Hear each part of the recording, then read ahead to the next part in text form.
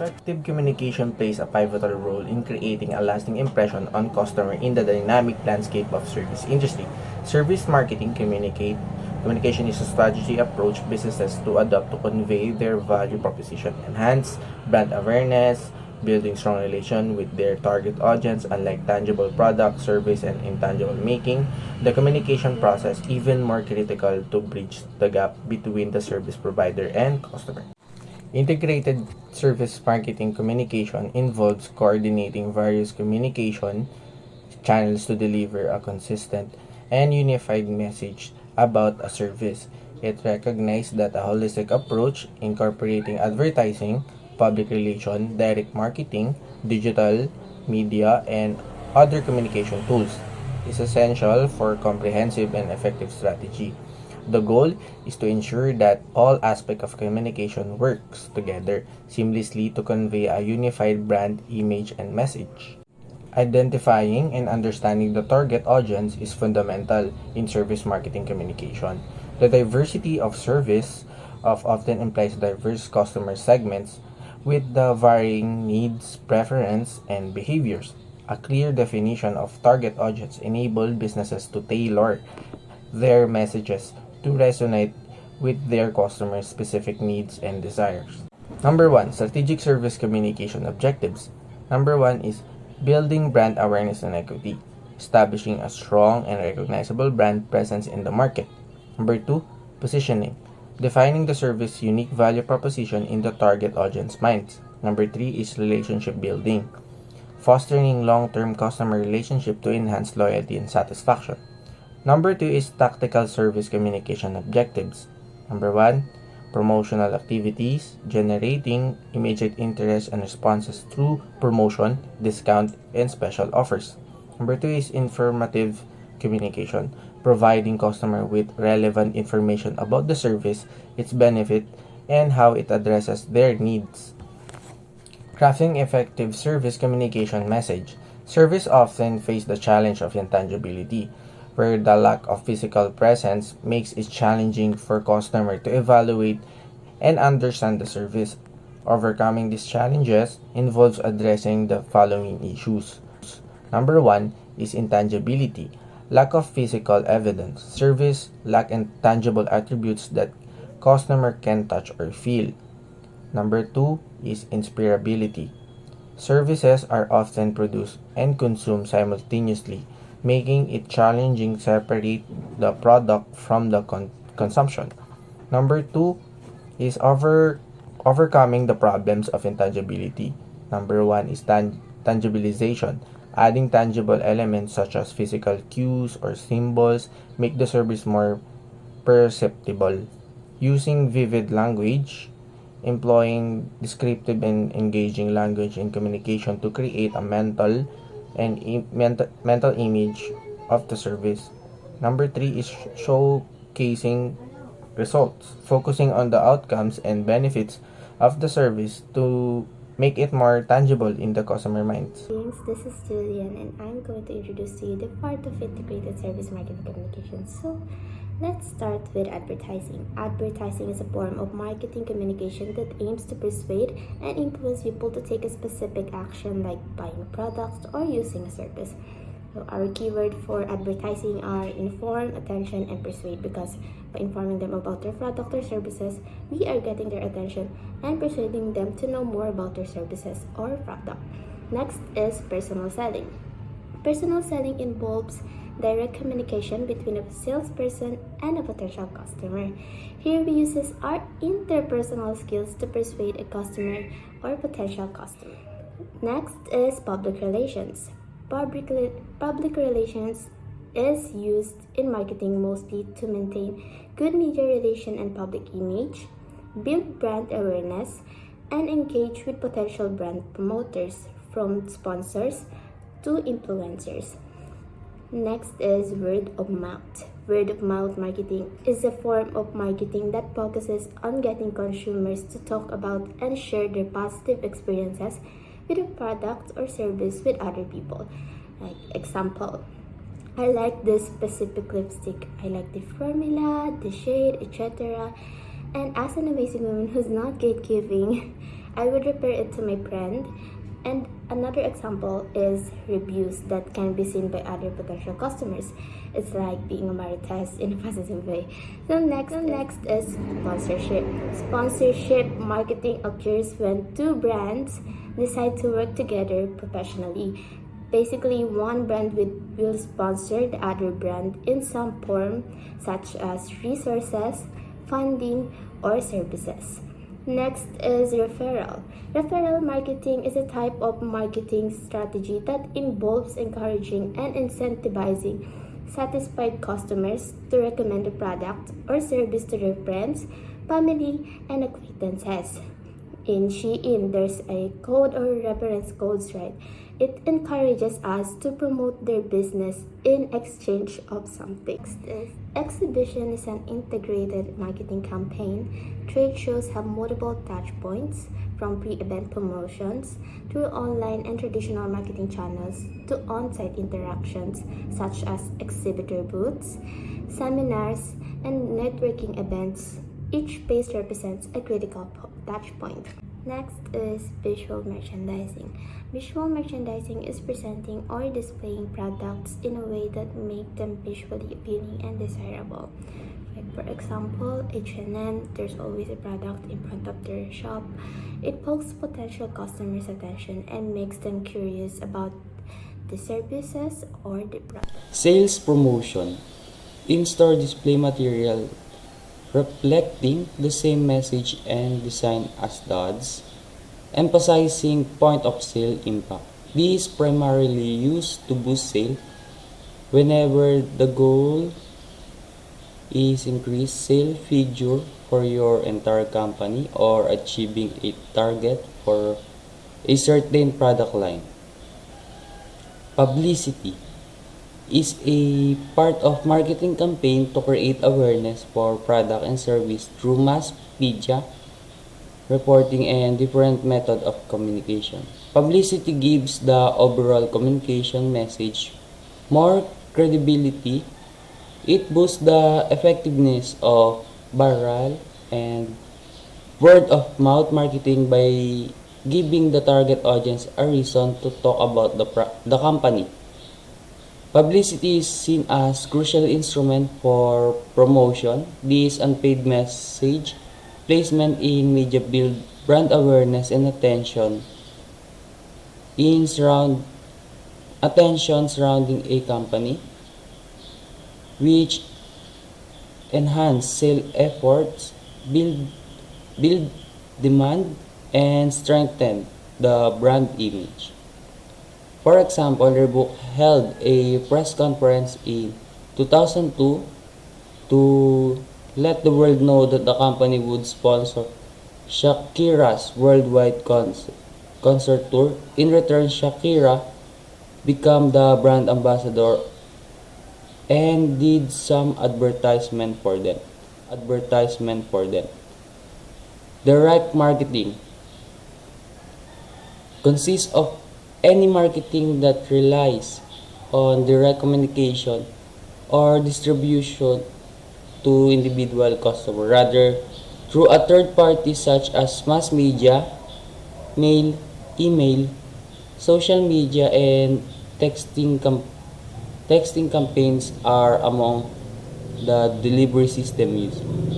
Direct marketing initiatives function independently to interact directly with target audience. In contrast to typical public relation campaign that are distributed through a third party, such as media outlet or mass media. Business use social media, email, postal, and sale pitches in direct marketing. Direct marketing typically aims to personalize the message by placing the recipient name or city prominently in order to boost engagement. even if the volume of message delivered can be enumerous. A crucial component of direct marketing is call to action. The message, the message recipient is asked to reply right away by clicking on a link in an email or social media promotion, sending in a reply card, or calling a toll-free number.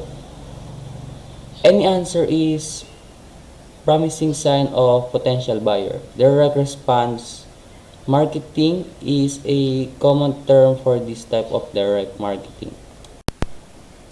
Online marketing is the art and science of selling product and service over the internet. The art involves finding marketing strategies that appeal to your target market and translate into sales, while science is research and analysis necessary to measure the success of those strategies. To reach both present and future customers, internet marketing uses a range of digital, online, and electronic channels that that content might be created as a picture, a text paragraph, or a video. Then share in varieties of media. It may be as straightforward as a social media feed, or it could be a intricate as extensive and all-encompassing plan that use a variety of platforms such as website, email, newsletter, social media, and other channels. The kind of internet marketing that works best for your company will rely on a number of factors, including your target market's habit and demographic, your budget, and other factors. You can choose the best approach or combination of strategy for your offers with the help of marketing research, and true performance measure will show you which work best for you. There are nearly as many types of online marketing as there are ways of finding information online. However, there are several methods which tend to success, like search engine, online advertising, email, and blogging.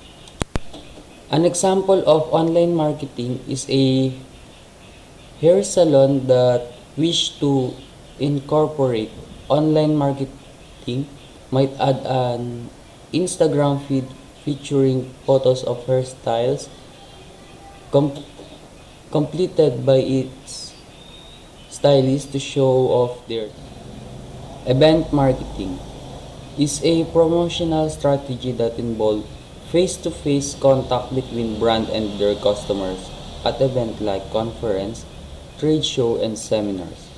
Each event is different. It has different audience, different content, and different culture. Why is this event important? Event can be one of your impactful marketing channel. For example, Dunkin' Donut with their Valentine's Day live video event. Dunkin' Donut build brand awareness, increase engagement, and educate their customers. When they show viewers how they create new product, the live event ended with the existing creation of a gigantic donut theme wedding cake. This event had a total of 43,000 viewers. The 43,000 viewers engaged in watching donuts being made and gained interest in Dunkin' brand and product. Packaging. Those days, packaging might be considered a product to itself. It began life as a food protective covering before involving in a valuable medium for information between producer and customers. Packaging is a true communication channel between manufacturer and customer. In fact, in packaging, customer can purchase the item and utilize it any way they like, knowing the product will be delivered safely and that its message will be understood. In this way, packaging might be considered a finished good in and out of itself. Offering a service, you need to provide it contains something more. The packaging need to be more noticeable for a product that is in more commonplace. It must be affordable, eco-friendly, easily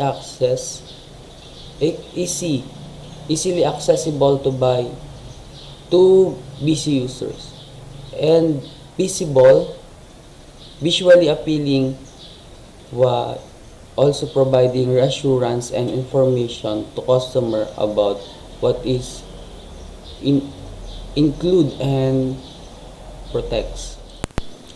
Corporate communication is the process by which business interact with and disseminate information to both internal and external audience in an effort to control perceptions of their brand. The primary goal of corporate communication is to ensure that the communication materials transmit the company's brand in a favorable manner.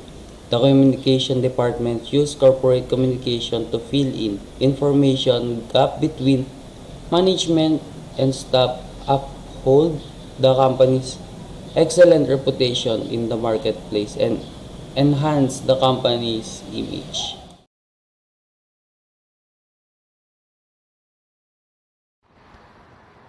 One, communication comes in from a variety of places, including in a service marketing scenario, communication could come from a variety of internal sources. Two, message disseminated via traditional marketing channels. Traditional marketing sources are the tried and true methods of contacting clients and that have been in use for decades. Message sent over the internet.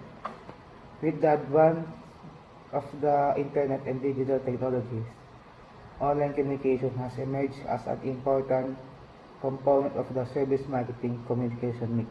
Message delivered via service delivery channels are the points at which client can connect directly to the services. 5. Message from the outside organization.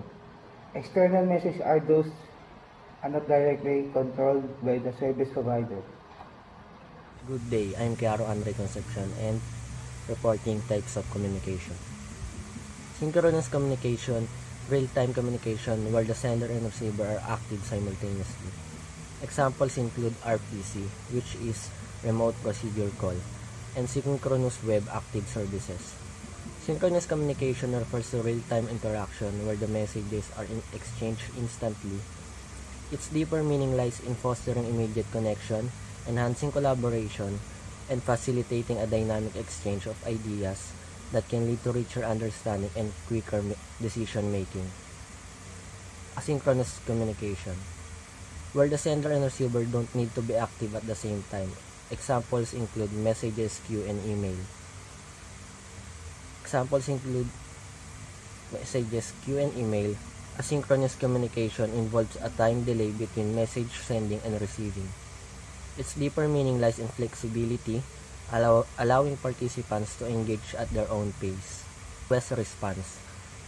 A communication pattern where one party sends a request and accepts a response.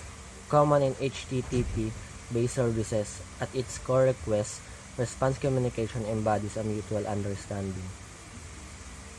where one party articulates a need or inquiry and the other reciprocates with a pertinent and often tailored reply. Publish subscribe. A pattern where a sender broadcasts messages and multiple recipients receive those messages. The publisher subscribe model represents a nuanced communication framework. Deeper meaning unfolds as publishers disseminate information, subscribers selective consume relevant content, and the model of fosters a dynamic targeted flow of data. Publish subscribe. A pattern where a sender broadcasts messages and multiple recipients receive those messages. The publisher subscribe model represents a nuanced communication framework. Deeper meaning unfolds as publishers disseminate information, subscribers selective consume relevant content, and the model of fosters a dynamic targeted flow of data. The next one is message-oriented communication, where the information is exchanged through messages. This can be synchronous or asynchronous. Message-oriented communication goes beyond simple data exchange, delivering into system where entities communicate by sending and receiving messages. The deeper meaning lies in abstraction, allowing systems to interact independently of the underlying processes. This approach enhances modularity, scalability, and adaptability, fostering a more resilient and comprehensible architecture and complex distributed systems. RESTful communication. Based on REST, REST stands for Representational State Transfer. Principles using standard HTTP methods like GET, POST, PITT, and DELETE for communication. RESTful communication based on representational state transfer has a deeper meaning in the world of web services. It emphasizes simplicity, scalability, and the stateless client-server interaction. At its core, RESTful communication aims for a uniform interface, fostering system reliability, ease of maintenance, and effective resource manipulation. It embodies a design philosophy that prioritizes flexibility, making it well-suited for distributed and evolving applications. WebSocket communications enables bidirectional communication between a client and a server over a single long-lived connection. WebSocket communication goes deeper by enabling a persistent bidirectional connection between a client and a server. Unlike traditional request-response models, WebSockets allow real-time full duplex communication. The deeper meaning lies in its ability to facilitate instant data exchange, making it ideal for applications requiring continuous updates, interactive features, and efficient synchronization, thereby enhancing user experience and enabling dynamic responsive web applications. The next one is message queue communication. Involves sending and receiving messages between distributed components, often used for decoupling and load balancing. Message queue communication delves into the realm of asynchronous and distributed systems, providing a deeper meaning by decoupling components in a scalable manner.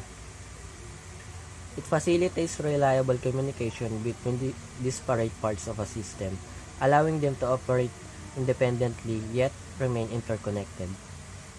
The significance lies in improved fault tolerance, load balancing, and the ability to handle varying workloads seamlessly, fostering a more resilient and adaptable architecture in complex software ecosystems. The next one is remote procedure call, or RPC. RPC allows a program to cause a procedure to execute in another address space. RPC signifies a deeper layer of communication by enabling a program to execute procedures on another address space. Often on a remote machine, The profound aspect lies in abstracting the complexities of distributed systems, allowing developers to invoke functions seamlessly across networks. This fosters sense a local of invocation while handling the intricacies of remote communication, enhancing the efficiency and modularity of distributed applications. Last one is CORBA. CORBA stands for Common Object Request Broker Architecture, a middleware that enables communication between objects in a distribute. CORBA embodies deeper communication by providing a middleware solution for distributed objects. It allows objects in different locations and implemented in different programming languages to interact seamlessly. The profound meaning lies in promoting interoperability, scalability, and extensibility across diverse systems. CORBA facilitates a transparent and standardized communication layer, fostering the development of complex, distributed application with a focus on reusability and maintainability. That's all. Thank you.